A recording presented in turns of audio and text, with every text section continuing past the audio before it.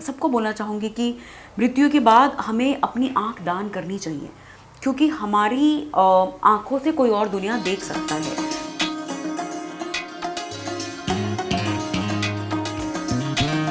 नमस्ते, मैं विक्रम गोस्वामी। भारत एक खोज के आज के इस एपिसोड में आप सभी का स्वागत है।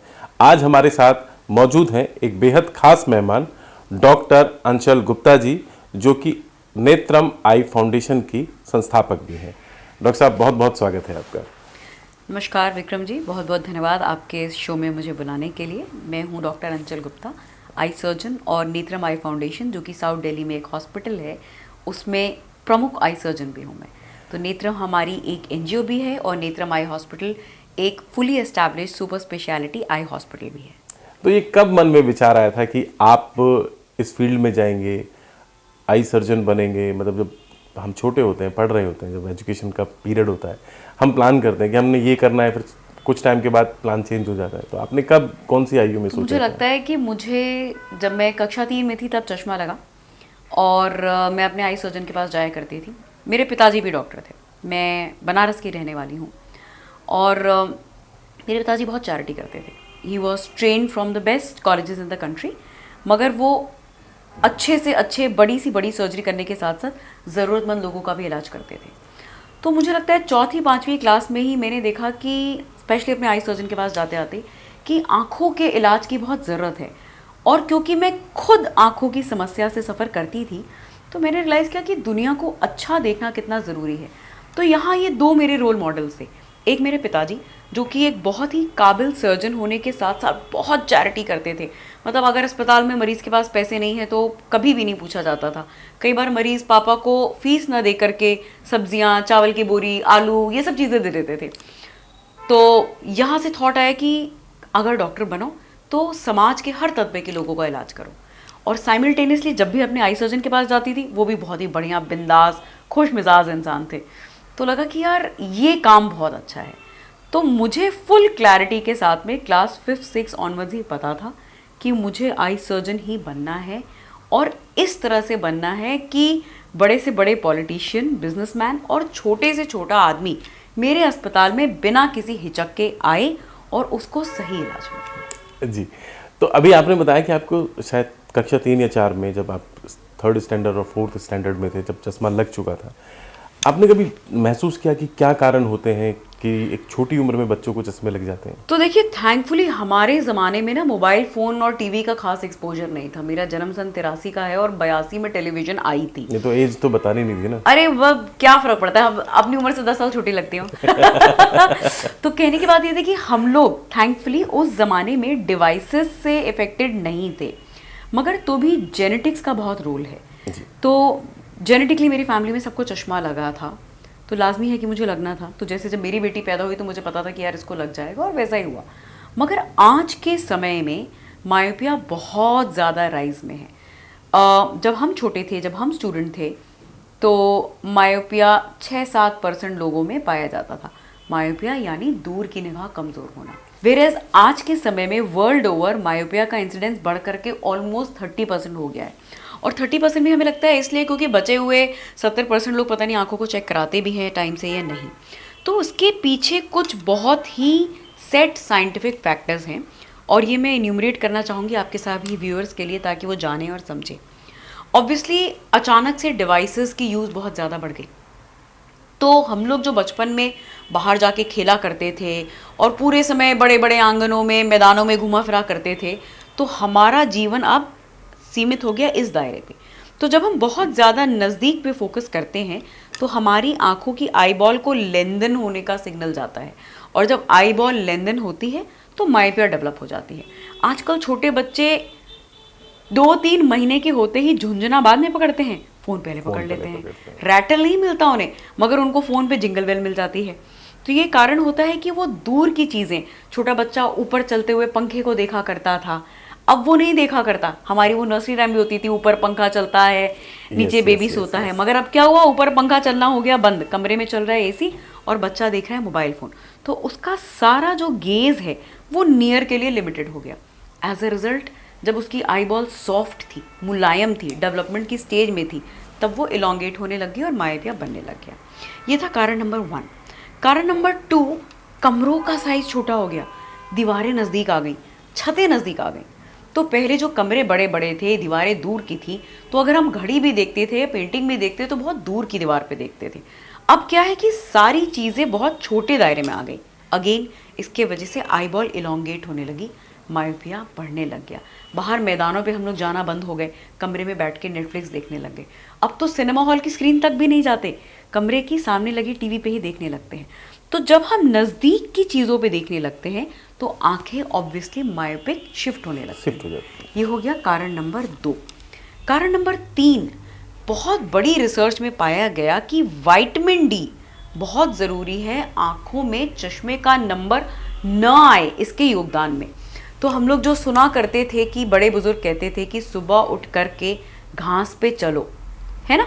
तो यहाँ पे 2 इम्पॉर्टेंट फैक्टर्स थे। सुबह उठ करके सनलाइट में एक्सपोज करना, घास कमरे के अंदर तो नहीं होती थी, घास तो बाहर होती थी।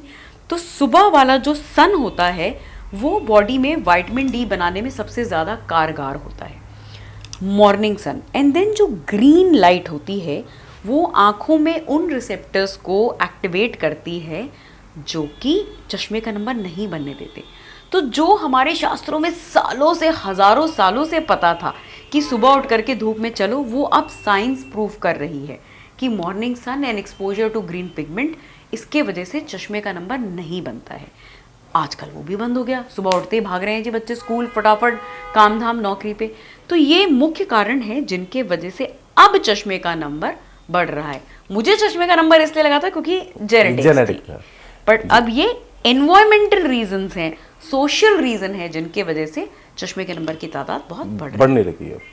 बात अगर बच्चों की ही करें, छोटी उम्र की ही करें, तो जनरली हम देखते हैं हमारे घरों में भी ऐसा होता है कि छोटे बच्चों की आंखों में बहुत सारा काजल पोत दिया जाता है, बहुत सारा काजल लगा दिया जाता है। तो क्या उसका कोई लाभ होता है, बेनिफिट्स होते हैं, या उसका कोई साइंटिफिक अगर आप बताएं इस बारे में। तो सबसे पहले तो मैं सीधा खारिज नहीं कर सकती कि काजल मत लगाओ, क्योंकि मैंने खुद लगा रखा है ना। तो व्यूअर्स बोलेंगे कि मोहतरमा ने खुद मैंने आपकी आंखों में काजल देखा। तो व्यूअर्स बोलेंगे कि मोहतरमा ने खुद काजल लगा रखा है और कह रही है कि मत लगाओ। तो बहरहाल इसके पीछे भी साइंस है।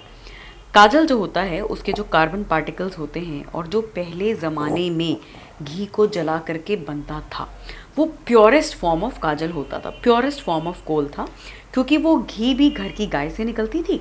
और उसको जब हम लोग ऑक्सीडाइज करते थे तो तब जो काजल बनता था वो एंटीऑक्सीडेंट का काम करता था, वो एंटी इन्फ्लेमेटरी होता था और एक्चुअली आँखों में इन्फेक्शन होने से बचाता था। तो छोटे बच्चों को काजल लगाने के पीछे साइंटिफिक रीज़न था। और कहा जाता है कि नज़र बचाती है।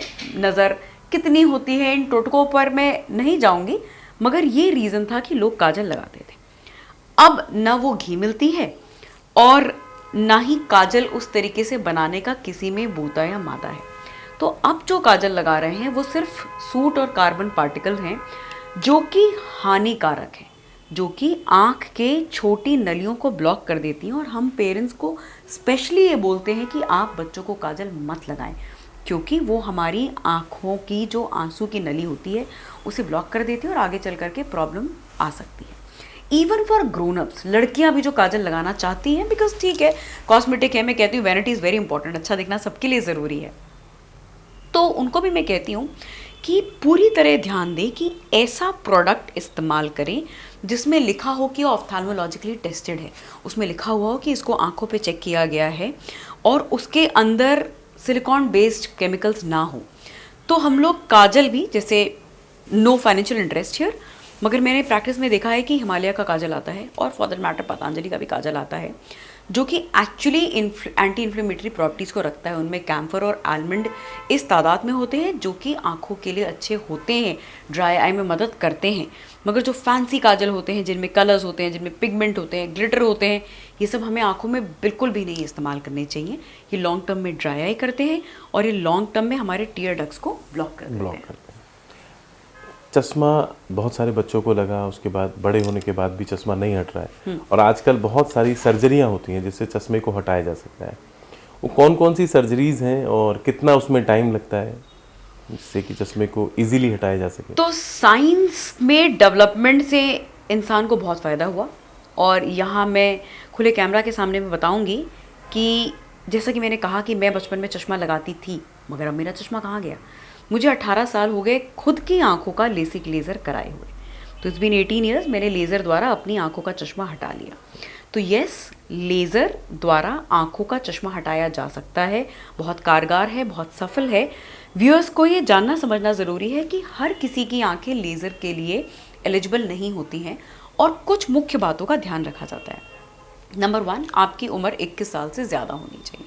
Bye the time you are 21 years of age आपकी आंखों में चश्मे का नंबर स्टेबलाइज हो जाता है। बहुत सारे सर्जन्स 18 की उम्र के बाद ही लेसिक करने लगते हैं क्योंकि यूएस एफडीए अप्रूव करती है, मगर इंडियन आइज़ में पाया गया है कि चश्मे का नंबर 21 की उम्र तक चेंज होता रहता है और आप 21 की उम्र तक वेट करिए, आपकी लार्जली पढ़ाई निपट चुकी होती है तो आप लेज़र करवा सकते हैं। That is number 1।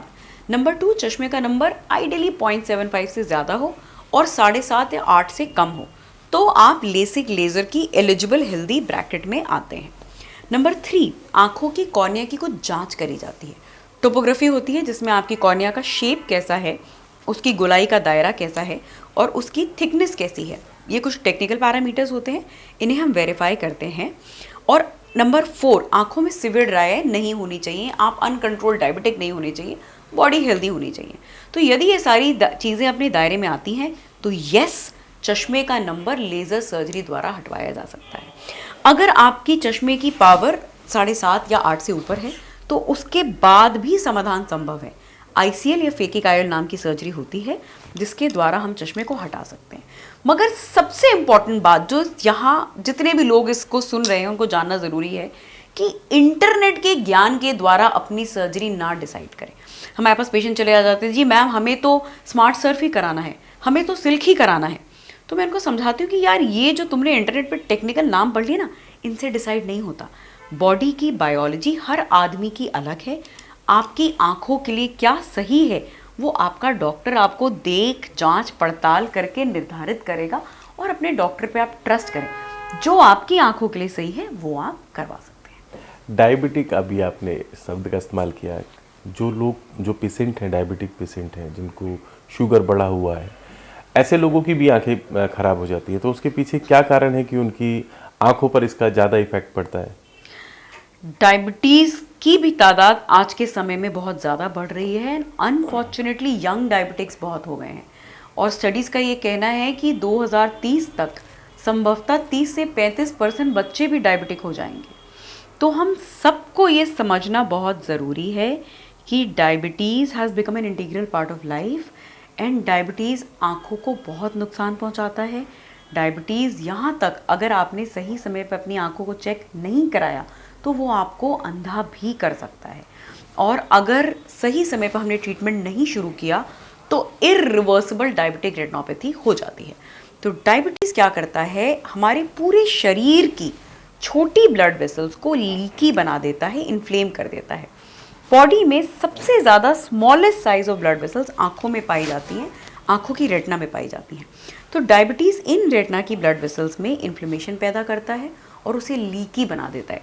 लीकी बनाने का मतलब उन ब्लड वेसल से रिसाव होने लगता है, खून नलियों से बाहर निकल करके पर्दे पे जमा होने लगता है। पर्दा बहुत ही सेंसिटिव स्ट्रक्चर है, यदि उस पर खून जमा होने लगेगा तो वो हमारे विजन को खराब करेगा, डिस्टॉर्ट करेगा। अर्ली स्टेजेस में हम लेज़र द्वारा और कुछ इंजेक्शंस द्वारा इस डायबिटिक रेटिनोपैथी को रोक सकते हैं, रिवर्स भी कर सकते हैं। लेकिन एक स्टेज के बाद में मॉडरेट टू सीवियर एनपीडीआर के बाद ये चेंजेस परमानेंट हो जाते हैं और विजन को रिवर्स नहीं किया जा सकता। तो यदि आप डायबिटिक हैं या आपके परिवार में कोई भी सदस्य डायबिटिक है तो उसको ये ज़रूर बताएं कि डायबिटीज़ के मरीज़ को हर 1 साल में अपनी आँखों का पर्दा ज़रूर चेक कराना चाहिए। वेरएज आँखों में होने वाली डायबिटीज़ इस बात का चिन्ह भी है कि क्या किडनी भी डैमेज हो रही हैं, क्या नर्व्स भी डैमेज हो रही हैं। सो it is very important that a diabetic should get his eyes tested. ये तो बात हुई डायबिटिक पेशेंट की जो डायबिटीज़ से जूझ रहे हैं। वैसे अगर जनरल देखा जाए तो आदमी को कब कब कौन कौन से समय पर अपनी आँखों का चेकअप करा लेना चाहिए जो हेल्दी लाइफ और सुंदर आँखें, स्वस्थ आँखें बनाए रखने के लिए होना चाहिए? बहुत इंपॉर्टेंट सवाल है ये। तो न्यूबॉर्न बच्चा यदि तीसरे महीने पे घर वालों को देख करके मुस्कुरा नहीं रहा है तो उसकी आंखें ज़रूर चेक करानी चाहिए। 3rd to 4th मंथ में सोशल स्माइल डेवलप हो जाती है, और उस समय यदि बच्चा दूसरों को देख करके मुस्कुरा नहीं रहा है, स्माइल नहीं कर रहा है, इंटरेक्ट नहीं कर रहा है, so there is a possibility कि उसकी आंखों में दिक्कत हो। That is the first time जब चेकअप होना चाहिए।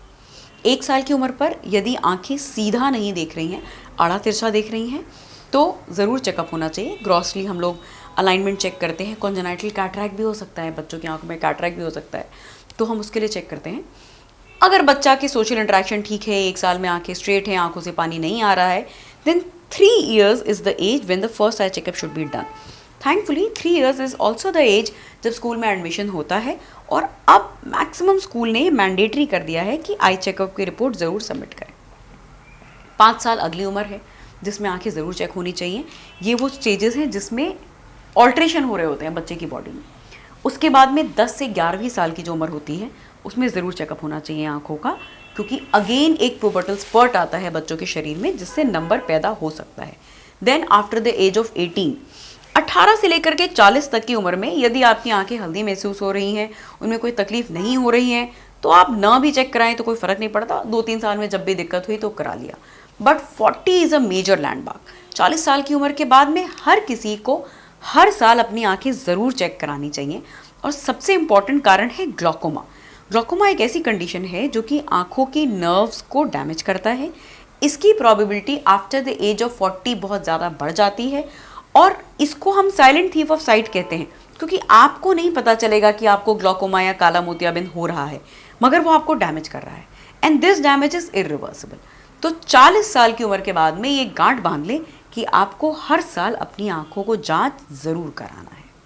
जी, अभी आपने मोतियाबिंद का नाम लिया। कैटरैक्ट की जो समस्या है वो किस एज के बाद ज़्यादा संभावना होती है कि इस एज के बाद तो आदमी को विशेष ध्यान रखना चाहिए, और इसका ट्रीटमेंट क्या है आज, क्योंकि आधुनिक युग है, चीज़ें डेवलप कर रही हैं, साइंस ने बहुत तरक्की कर ली, तो अब कितना टाइम लगता है इसके ट्रीटमेंट के लिए और किस एज के बाद ये होता है? तो देखिए, जैसा कि मैंने अपने पिछले आंसर में ही बताया कि कैटरैक्ट छोटे बच्चे को भी हो सकता है, कॉन्जेनाइटल भी हो सकता है, बच्चा उसको लेके पैदा भी हो सकता है, मगर ये सब एब्रेशंस है, डिवेशन है, ज़रूरी नहीं है कि हर केस में लागू हो।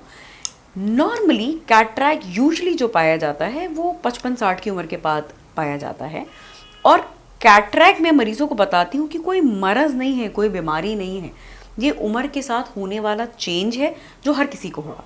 जैसे उम्र के साथ में हमारे चेहरे पे झुर्रियाँ पड़ती हैं, हमारे बाल सफ़ेद होते हैं, हमारे दांत लूज होते हैं, ठीक उसी तरह हमारी आंखों का नेचुरल लेंस धीरे धीरे सफ़ेद पड़ने लगता है, जिसको कैटरैक्ट या मोतियाबिंद कहते हैं। तो 55-60 की उम्र के बाद में यदि निगाह धुंधली दिखने लगे, यदि वो चीज़ें जो पहले सफ़ेद दिखती थी वो पीली दिखने लगे, यदि गाड़ी इत्यादि चलाते समय या बिना गाड़ी चलाए भी सामने के बल्ब की रोशनी बहुत तेज़ लगने लगे, तो आप ये समझिए कि आपको कैटरैक्ट बनना शुरू हो गया होगा। एक टेस्ट जो मैं अपने मरीजों को भी बताती हूँ, जिससे आप घर में टेस्ट कर सकते हैं, वो ये है कि अपनी एक एक आँख को बंद करके चेक कर लें, क्योंकि कैटरैक्ट रेयरली साइमल्टेनियसली चल रहा होता है। हमेशा किसी एक आँख में ज़्यादा होगा, किसी एक में कम होगा। तो यदि आप घर में चेक कर लें कि इस आँख से कैसा दिखता है और इस आँख से कैसा दिखता है, तो आपको ग्रॉसली आइडिया लग जाएगा यदि किसी एक आँख में कैटरैक्ट बन रहा हो। आप जाके डॉक्टर को दिखा लेंगे।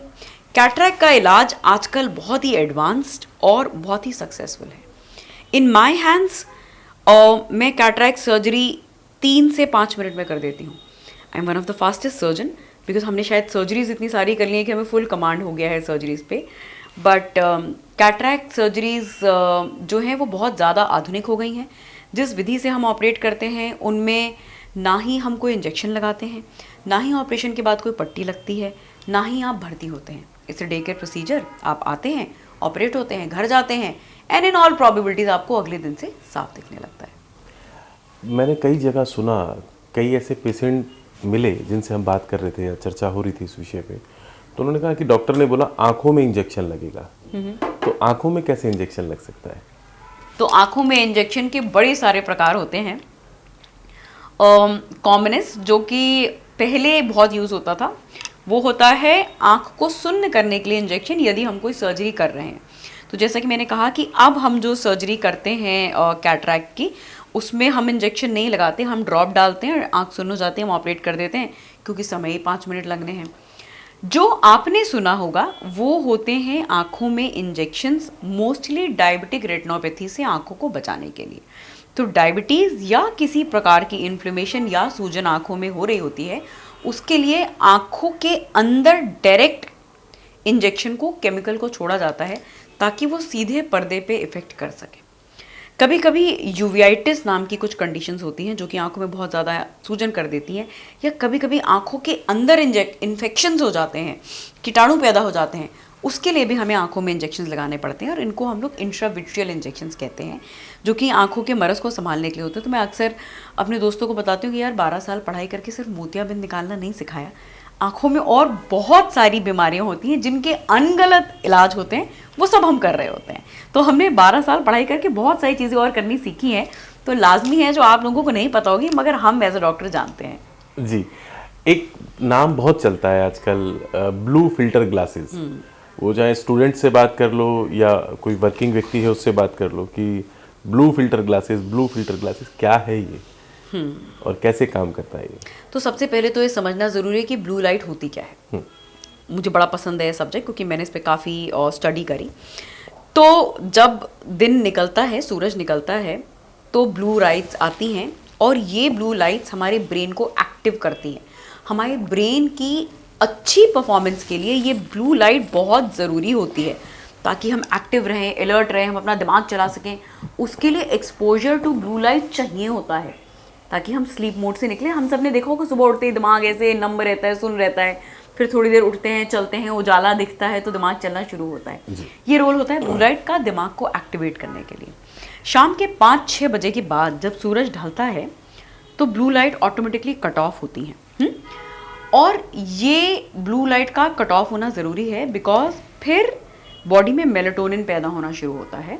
सनसेट के बाद जब ब्लू लाइट बंद हो जाती है तो बॉडी मेलेटोनिन प्रोड्यूस करती है और ये मेलेटोनिन हमारे दिमाग को काम करती है, रिलैक्स करती है, अल्टीमेटली हमें सोने में मदद करती है। This is called a circadian rhythm. ये दिन का एक रिदम है कि सुबह ब्लू लाइट को एक्सपोजर चाहिए जिससे ब्रेन एक्टिवेट हो, शाम को सनसेट हो, ब्लू लाइट ख़त्म हो जाए, मेलेटोनिन पैदा हो, हम रिलैक्स करें, काम करें, बॉडी एकदम ईजी हो जाए और हम सो जाएं। This is very important. अगर ये डिस्टर्ब होता है तो सबसे पहली चीज़ होती है नींद का ख़राब होना, ठीक है, चिड़चिड़ापन आना और हमारी ओवरऑल परफॉर्मेंस ख़राब हो जाना। अब आजकल क्या हुआ कि हम लोग हर समय डिवाइसेस पे रहते हैं। सुबह उठते फ़ोन देख लिया, 5-6 बजे जो सूरज ढलने के बाद में ब्लू लाइट का कट ऑफ हो जाना ज़रूरी था ताकि मेलेटोनिन प्रोड्यूस होता, वो चेंज हो गया क्योंकि हम 5 बजे, 6 बजे, 8 बजे, 11 बजे, 12 बजे, 2 बजे तक फ़ोन देख रहे हैं रात के। जी। तो बॉडी और ब्रेन मेलेटोनिन प्रोड्यूस ही नहीं कर पाई क्योंकि उनके लिए सनसेट हुआ ही नहीं, हम तो फ़ोन देखे जा रहे हैं, तो हमने मेलेटोनिन प्रोड्यूस ही नहीं किया। एज अ रिजल्ट हमारी नींद खराब हो गई, एज अ रिजल्ट हम रिलैक्स नहीं हुए, हम काम नहीं हुए, हम एंशियस हो गए, हम डिप्रेस हो गए। यहाँ रूल आया ब्लू लाइट फिल्टर्स का। तो कहा गया कि भाई ये जो फ़ोन की डिवाइसेस से ब्लू लाइट आ रही है जिसके वजह से आपका सर्केडियन रिदम ख़राब हो रहा है, ये ब्लू लाइट ब्लॉकर्स उसको सेट करने में मदद करेंगे। तो समझने की बात यह है कि दिन के फर्स्ट हाफ में तो हमें ब्लू लाइट ब्लॉक नहीं करनी, हमें अपनी अच्छी परफॉर्मेंस के लिए चाहिए ब्लू लाइट, जितनी ज़्यादा ब्लू लाइट मिल जाए। लेकिन शाम के 5 बजे के बाद में येस ब्लू लाइट ब्लॉक हो जानी चाहिए। तो यानी क्या करें, हम ब्लू लाइट ब्लॉकिंग चश्मा लगा लें। रिसर्च में पाया गया कि ये ब्लू लाइट ब्लॉकिंग चश्मे भी इतना ब्लॉक नहीं कर पाते। आइडली आपको स्क्रीन यूज़ को ख़त्म करना होगा। ये बहुत ही कंट्रोवर्शियल लगेगा सबको, मगर आइडली शाम के 7 बजे के बाद स्क्रीन देखनी ही नहीं है। अगर आप चाहते हैं कि आपकी मेंटल हेल्थ अच्छी हो, अगर आप चाहते हैं कि आपको टाइम से स्लीप आए, टाइम से भूख लगे और आप बेस्ट परफॉर्मर हो, तो शाम के 7-8 बजे के बाद स्क्रीन बंद। Only then the body will produce melatonin and only then you will lead a healthy life. अब इसके लिए लोगों को मुझे जितना भी जो भी बोलना है, but this is what science is. Blue blocking glasses दिन में देयर इज़ नो रोल, शाम के बाद yes there is some role, but still वो उतना ब्लॉक नहीं कर ले जाएंगे। Ideally you have to block the source of blue light to have a good life. जी, बरसात के सीजन में जब रेनी सीजन होता है उस समय आई फ्लू का खतरा ज़्यादा बढ़ जाता है और लगता है हर दूसरे व्यक्ति को आई फ्लू, हर तीसरे व्यक्ति को आई फ्लू होता है। तो उसी सीजन में ये ज़्यादा क्यों समस्या बढ़ती है, इसके पीछे कारण क्या है? क्योंकि उस समय लोग बचते हैं एक दूसरे की आंखों में देखने से भी, और ये तो आंखों में देखना चाहिए, आंखों में देखकर बात करनी चाहिए। वो समय ऐसा होता है कि लोग एक दूसरे की आंखों में नहीं देख लेते हैं। तो हमारा कल्चर बहुत ही क्लेवर था। बरसात के दिनों में हम सबके घरों में गरम गरम पकौड़े छनने लगते थे और गरम गरम हलवा बनने लगता था. Pakode is mostly besan is very good for immunity, and garam garam halwa ghee, it is very good for immunity. That was the reason these two things we use जब बरसात आती थी. बरसात ओवरऑल क्या करती है कि वातावरण में नमी बढ़ा देती है. जब नमी बढ़ा देगी तो जो वायरसेस और बैक्टीरिया हैं उनकी ग्रोथ के लिए नमी चाहिए. हम सब ने देखा है ना, वो दीवार जिस पे सीलन होती है उस पे फंगस उगने लगती है, या वो केव जहाँ पे पानी रिस रहा होता है उसमें खूब सारे एल्गी लगे रहते हैं. तो नमी जो होती है वो वायरसेस और बैक्टीरिया की ग्रोथ को बढ़ा देती है, और यही कारण है कि बरसात में वायरसेस बढ़ जाते हैं और आई फ्लू बढ़ जाता है, क्योंकि वो वायरसेस जो हैं वो सारे वातावरण में उड़ रहे हैं. तो नंबर 1, बरसात में वायरसेस की ग्रोथ ह्यूमिडिटी की वजह से बढ़ गई. नंबर 2, बरसात ओवरऑल हमारी इम्यूनिटी को भी कम कर देती है. ओवरऑल हमारी बॉडी की इम्यूनिटी कम हो जाती है, एंड हेंस हमारे कल्चर में हम लोग पकौड़े और समोसे खाना शुरू कर देते थे ताकि हम लोग इंटरनली स्ट्रांग हो जाएं. तो ये फैक्टर्स हैं कि वायरस तो होगा ही होगा, उसको हम नहीं बंद कर सकते. वायरस को ऑप्टिमम मीडियम मिल रहा है ग्रोथ का, लेकिन अपनी इम्यूनिटी पे काम कर सकते हैं. तो बरसात के दिनों में हाइजीन का पूरा ध्यान दें. जब भी बाहर जाएं, बाहर से घर आते ही आँखों को धोएं, अपने हाथ को धोएं. बाहर जब भी जाएं प्रोटेक्टिव ग्लासेस लगा करके जाएं. ग्रीन टी लें, विटामिन सी खाना शुरू कर दें और पकौड़े और हलवे खा लें. आँखों में रेडनेस, ये किस चीज़ का साइन है? क्योंकि अधिकांश लोगों की आंखें पूरे टाइम रेड रहती हैं. कुछ लोगों के साथ होता है कि अगर उनको रात को नींद प्रॉपर नहीं आई है तो सुबह आंखें लाल होती हैं, या कोई और भी कारण हो सकता है. मगर कुछ लोगों के साथ रहता है कि उनकी आंखें परमानेंट रेड हैं. तो ये किसी बीमारी की तरफ इंडिकेट कर रही है? क्या ये कोई बीमारी है और इसका इलाज क्या हो सकता है? तो मेरी ओपीडी में बड़ा कॉमन है, मरीज आके बोलता है डॉक्टर साहब कुछ करिए.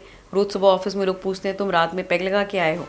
तो कुछ लोग होते हैं जिनकी आंखें जो होती हैं वो रेड रहती हैं, और अक्सर पेशेंट बताता है कि नहाने के बाद बिल्कुल लाल हो जाती हैं डॉक्टर साहब हमारी आंखें, और 1-2 घंटा लगता है सही होने में. तो इसको हम लोग वाटर सेंसिटिविटी कहते हैं या एयर सेंसिटिविटी कहते हैं. एंड रेड आई बहुत बड़ा मसला है.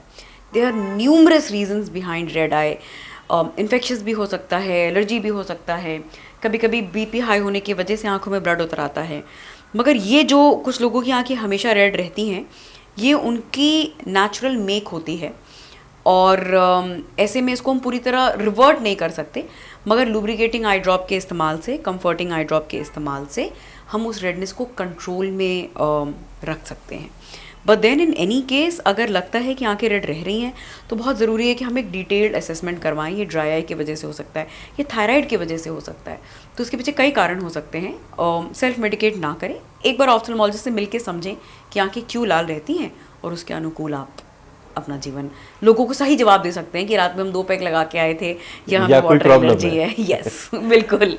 आजकल लोग ना सेल्फ डॉक्टर बन चुके हैं. हाँ बिल्कुल, गूगल बाबा. हाँ, गूगल बाबा हो चुके हैं कि कोई भी समस्या आप गूगल पे सर्च किया और उसके किसी इलाज में लग गए. जी बिल्कुल. अगर मैं उसको घर से जोड़ कर देखता हूँ, हमारी पुरानी चीज़ों से जोड़ कर देखता हूँ कि बच्चों की आंखों में या बड़ों की भी आंखों में शहद डाल दिया जाता है, गुलाब जल डाल दिया जाता है, ये कितना हार्मफुल है, या इसके सच में कोई बेनिफिट्स होते हैं?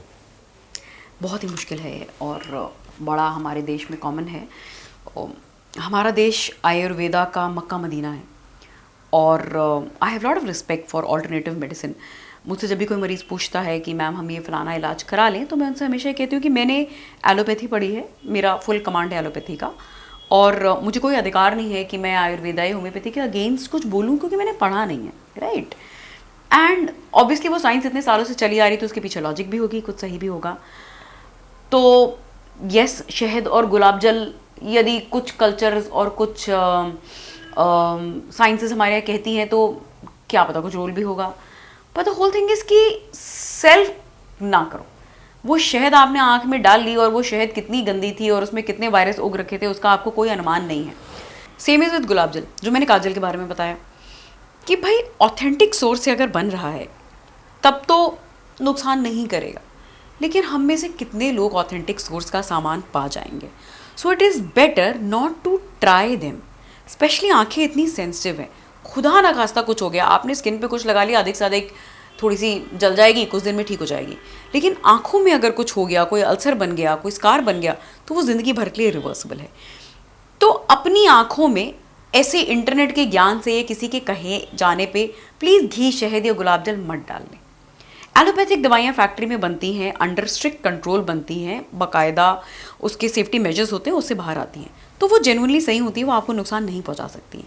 मगर ये तत्व किसी की आंखों को बिल्कुल सूट नहीं कर सकते, उनमें हार्श केमिकल्स हो सकते हैं और ये आपको कम्प्लीटली ब्लाइंड कर सकती हैं। तो इसलिए मेरी सभी व्यूअर्स से रिक्वेस्ट है कि ऐसे ही किसी के कहने से आंखों में आप लोग चीज़ों को ना डाल लें। जनरली हम लोग देखते हैं कि लोगों की आंखें फड़कती हैं और उसको बोला जाता है कि शुभ है, अशुभ है, दाईं आंख फड़की, बाईं आंख फड़की। तो इसका कोई साइंटिफिक मेडिकल इसका क्या कारण है कि आंखें फड़कती हैं और क्यों फड़कती हैं? मैंने बड़ी लॉजिक निकालने की कोशिश करी कि ये दाईं फड़कने से पैसा और बाईं फड़कने से झगड़ा होना। हार्म या झगड़ा वॉटेवर, इसका मैं लॉजिक नहीं निकाल पाई। मैंने यूजुअली देखा है कि जो मिथ्स होती हैं उनके पीछे कुछ ना कुछ तथ्य होता है, मगर इसका डायरेक्ट लॉजिक नहीं निकल पाई, मगर इनडायरेक्ट लॉजिक मुझे तब भी मिला। यूजुअली पैसा आना इज एक्साइटमेंट या झगड़ा होना is stress, right? And actually आंखों का फड़कना is directly related to stress, over excitement, नींद ना पूरी होना, आज के समय में ड्राई आई होना, सिवियरली ड्राई आई हो जाना। तो साइंटिफिक रीजन से आंखें फड़क रही होती हैं। सबसे कॉमन कॉज होता है स्ट्रेस। अगर हम लंबे समय से स्ट्रेस में चले आ रहे हैं, या हम लंबे समय से नींद पूरी नहीं ले पा रहे हैं, या हम स्क्रीन बहुत ज़्यादा देख रहे हैं जिसकी वजह से हमारी आंखें ड्राई हो गई हैं बहुत ज़्यादा, उससे आंखें फड़क सकती हैं। और इससे होता क्या है, बेसिकली हमारी बॉडी का vitamin B12 level suddenly deplete कर जाता है। तो इवन दो ब्लड रिपोर्ट में हमारा B12 लेवल नॉर्मल आ रहा होगा, लेकिन अगर हम लोग 2-3 दिन लगातार बहुत सिवियर स्ट्रेस में रहे तो हमारा इफेक्टिव B12 जो होता है, जो बॉडी की फंक्शनिंग के लिए ज़रूरी होता है, वो डिप्लीट हो जाता है। हमारी आंखों की ये जो आईलिड्स होती हैं, ये बहुत फाइन नर्व्स इनको इनर्वेट कर रही होती हैं, और स्ट्रेस की वजह से और B12 की कमी की वजह से ये नर्व्स इरिटेट होने लगती हैं और हमारी पलकें फड़कने लगती हैं। हो सकता है पैसा आने पे भी हम बहुत एक्साइटेड हो जाएं, जिसकी वजह से हमारी पलक फड़कने लग जाए, और स्ट्रेस की वजह से भी।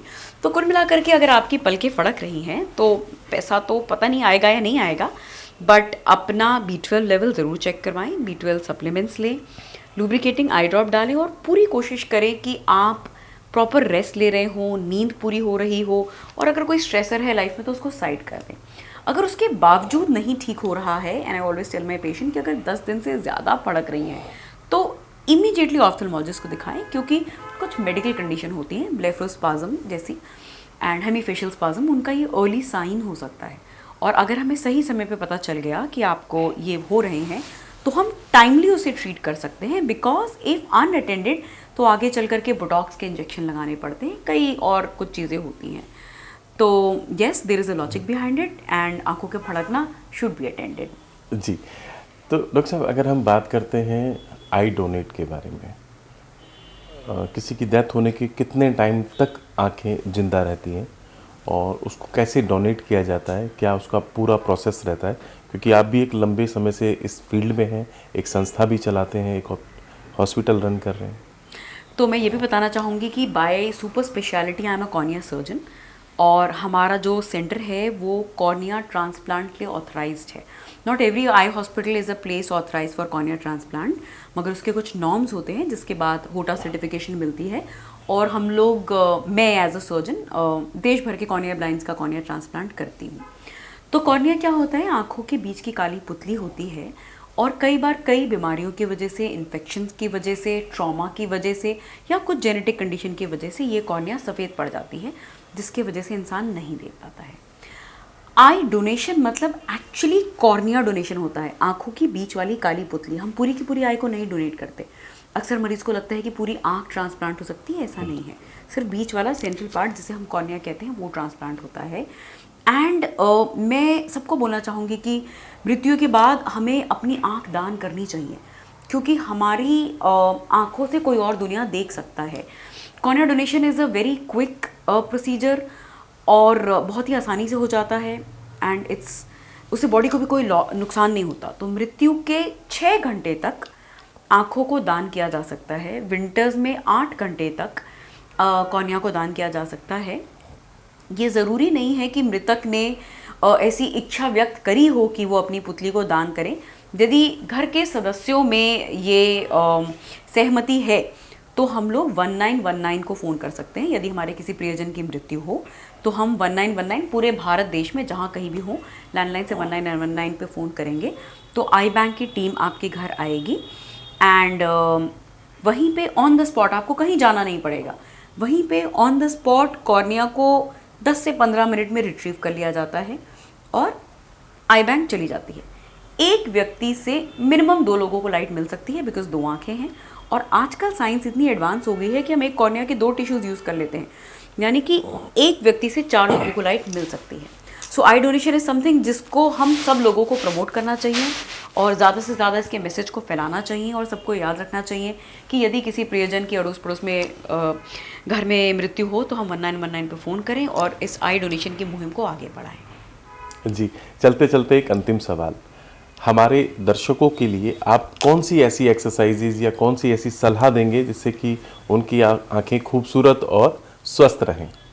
सबसे इम्पॉर्टेंट सलाह तो ये है कि वाकई में हम सबको फ़ोन कम देखना चाहिए। दिन भर में 2.5-3 घंटे से ज़्यादा अगर हम फ़ोन देख रहे हैं तो वो ना ही सिर्फ आँखों के लिए हानिकारक है, वो हमारे दिमाग के लिए हानिकारक है, हमारी स्पाइनल कॉलम के लिए हानिकारक है, हमारे रिश्तों के लिए हानिकारक है। सो दैट इज़ माई सलाह नंबर 1। एंड सलाह नंबर 2, आँखों की हेल्थ के लिए हम जितना समय नेचर में बिता सकें, यानी कि वॉक्स पे जाएं, दूर की चीज़ों को देखें, आसमान में उड़ती चिड़िया को देखें, पत्तों के हिलते हुए पत्तों को देखें, वो आँखों के लिए बहुत अच्छा है, उनकी हेल्थ के लिए बहुत अच्छा है, उससे हमें ड्राई आई नहीं होती और हमारी आंखें हेल्दी बनी रहती हैं। और एक बेसिक एक्सरसाइज जो मैं सब मरीजों को बताती हूँ, that is very easy and it's called as figure of 8। अपनी आँखों से एक बड़ा सा 8 बनाएं, बड़ा सा 8 पहले सीधा और बड़ा सा 8 अपनी आँखों से उल्टा। तो किसी दूर की दीवार पे या आसमान में देखते हुए एक इमेजिनरी फिगर ऑफ 8 बनाएं सीधा, और फिगर ऑफ 8 बनाएं आप उल्टा।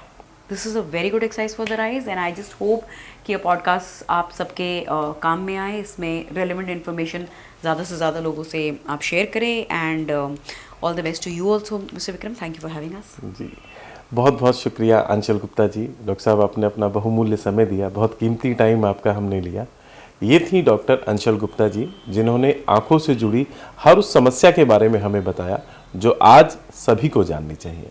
अगली मुलाकात किसी और शख्सियत के साथ, तब तक के लिए प्रणाम।